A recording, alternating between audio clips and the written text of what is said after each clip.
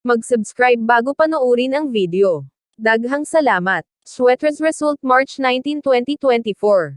2 p.m. result 685. 5 p.m. result 051. 9 p.m. result 271. Shoutout muna tayo. Salamat po mga ma'am-share. Congrats po sa inyong lahat. Ito na po ang best angle para sa March 20, 2024. 2 p.m., 5 p.m., at 9 p.m. Result angle ngayon 012568.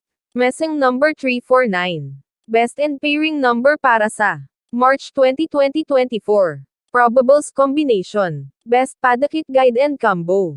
Best 2 angle. Best 2 angle. Least number. Best double angle. Best double combo. Special number. Mintin 3 days. Hearing and best combination. PM. Hope to win po tayong lahat. Congrats sa mga mananalo bukas. Sa mga hindi pa nananalo PM na po kayo. Good luck. Alamin ang iyong mga panaginip at maswerteng numero ayon sa mga kahulugan nito. Mga panaginip na senyales ng pagdating ng swerte o kayamanan. Kung napapanaginipan mo ng mga pangpaswerte na nakalagay sa baba, ibig sabihin ay isa ka sa mga maswerte. Dahil marami ang nagsasabi na kapag napanaginipan mo ang mga ito, darating ang swerte dahil ito yun na mo ang mga senyales nito. Bisita. Kung napanaginipan mo ay mayroon kayong panauhin sa inyong bahay ay senyales na ito ng pagpasok ng maraming biyaya. Panaginip ng pagbili ng alahas. Kung ito ang panaginip mo, ang iyong relasyon sa hinaharap ay magiging maganda. Ang mga single ay makakahanap ng katuwang at ang magkasintahan ay ikakasal. Panaginip ng pagiging buntis. Ang panaginip na ikaw ay buntis ang isa sa pinakamagandang senyales. Ikaw ay magkakaroon ng masaya at magandang buhay. Ito din ay may malaking porsyento na magkatotoo, na ikaw ay mabubuntis. Hindi masama ang maghangad ng maraming biyaya pero dapat alam natin kung hanggang saan lang dapat tayo, ang pagiging ganid sa biyayang natatanggap ay mayroong kaparusahan. Itong mga impormasyon na ito ay gabay lamang. Kung ang mga ito ay napanaginipan maaari mo itong ikatuwa. Ngunit ang umasa dito ay hindi tama, matuto tayong magsumikap para maabot ang mga ito. Ano ang dapat gawin kapag nanaginip ng masama? Pwedeng subukan ang meditation o pagre-relax bago matulog. Maraming pwedeng gamiting simpleng paraan tulad ng pag-focus sa paghinga hanggang sa ma-relax ang katawan. Isa rin sa common bad dream ang nabanggit mo na may humahabol sa iyo. Ano ang sinasabi ng Biblia tungkol sa masasamang panaginip bangungot? Ano ang sinasabi ng Biblia tungkol sa masasamang panaginip bangungot? Sagot. Ang masasamang panaginip bangungot ay mga panaginip na nagdudulot ng malakas na negatibong damdamin tulad ng takot at matinding pagkasindak. Karaniwan, ang mga nananaginip ng masama ay nagigising sa estado ng masidhing pagkabalisa, ng matinding reaksyon ng katawan tulad ng mabilis na pagtibok ng puso, pagpapawis, pagkahilo at hindi sila agad nakakabalik sa pagtulog. Ang sanhi ng masasamang panaginip bangungot ay iba-iba. Ang mga bata, dahil sa kanilang aktibong imahinasyon ay madalas na nananaginip ng masama, ang ilan ay talagang grabe na nagigising na sumisigaw at umiiyak.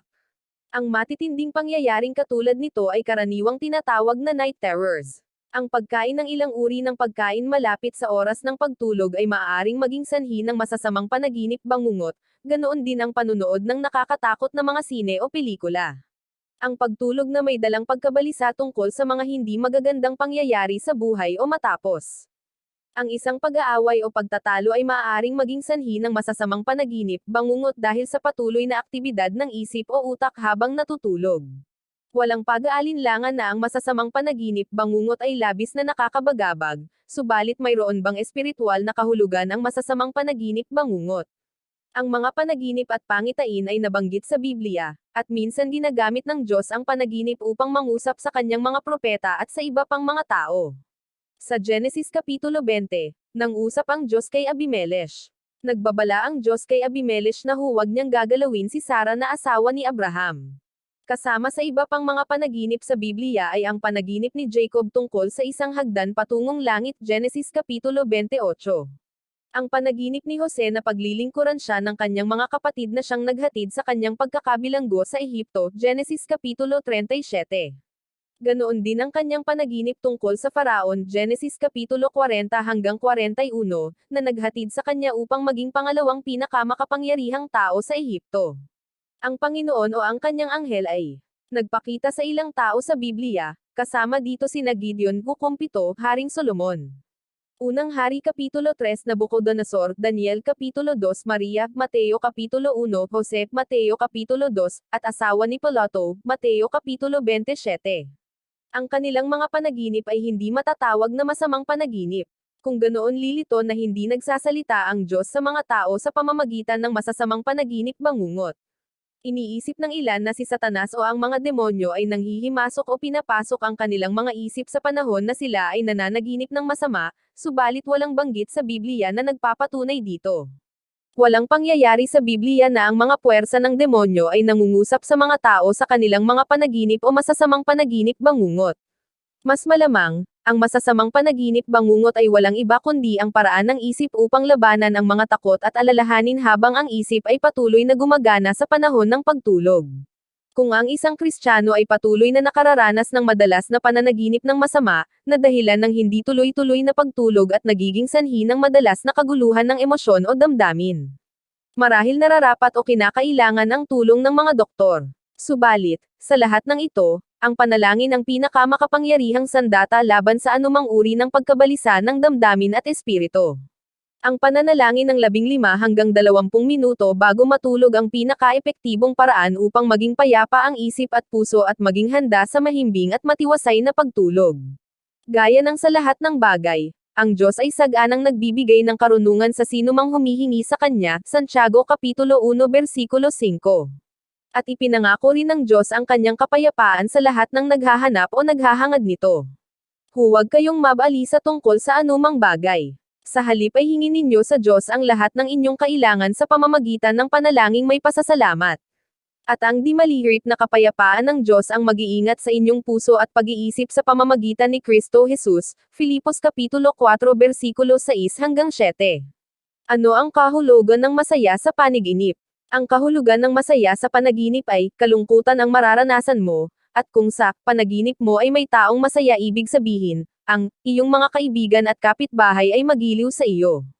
Malungkot sa panaginip. Ang sobrang kalungkutan sa iyong panaginip ay nangangahulugang kabaligtaran sa tunay na buhay. Ibig sabihin, liligaya ka na sa wakas at isang hindi inaasahang pangyayari ang magdudulot sa iyo ng kaligayahan. May kaugnayan ito sa iyong pamilya, kung saan isa sa mga miyembro ng pamilya mo ang suswertehin at pagpapalain. Ang paghahanap ng isang pares ng nawalang tsinelas sa panaginip ito ay nangangahulugang ang pagsakop sa sarili na may makamundong negosyo sa halip na maghatid ng mga benepisyo sa hinaharap. Saranggola sa panaginip. Isa-isahin natin ang ibig sabihin ng saranggola. Kung ito ay napakataas na halos maabot ang langit, ito ay nagpapahiwatig na mapopromote ka sa pinapasukan mong trabaho. Mapapasa iyo ang pinakamataas na posisyon, maaaring executive level ang maging posisyon mo. Sa larangan ng pag-ibig, ito ay nangangahulugan ng paglalakbay na may kahalong pagnenegosyo. Makakapag-abroad at magnenegosyo ka roon. Magkakaroon ka rin ng lupang sinasaka na tinataniman ng mga gulay at punong kahoy.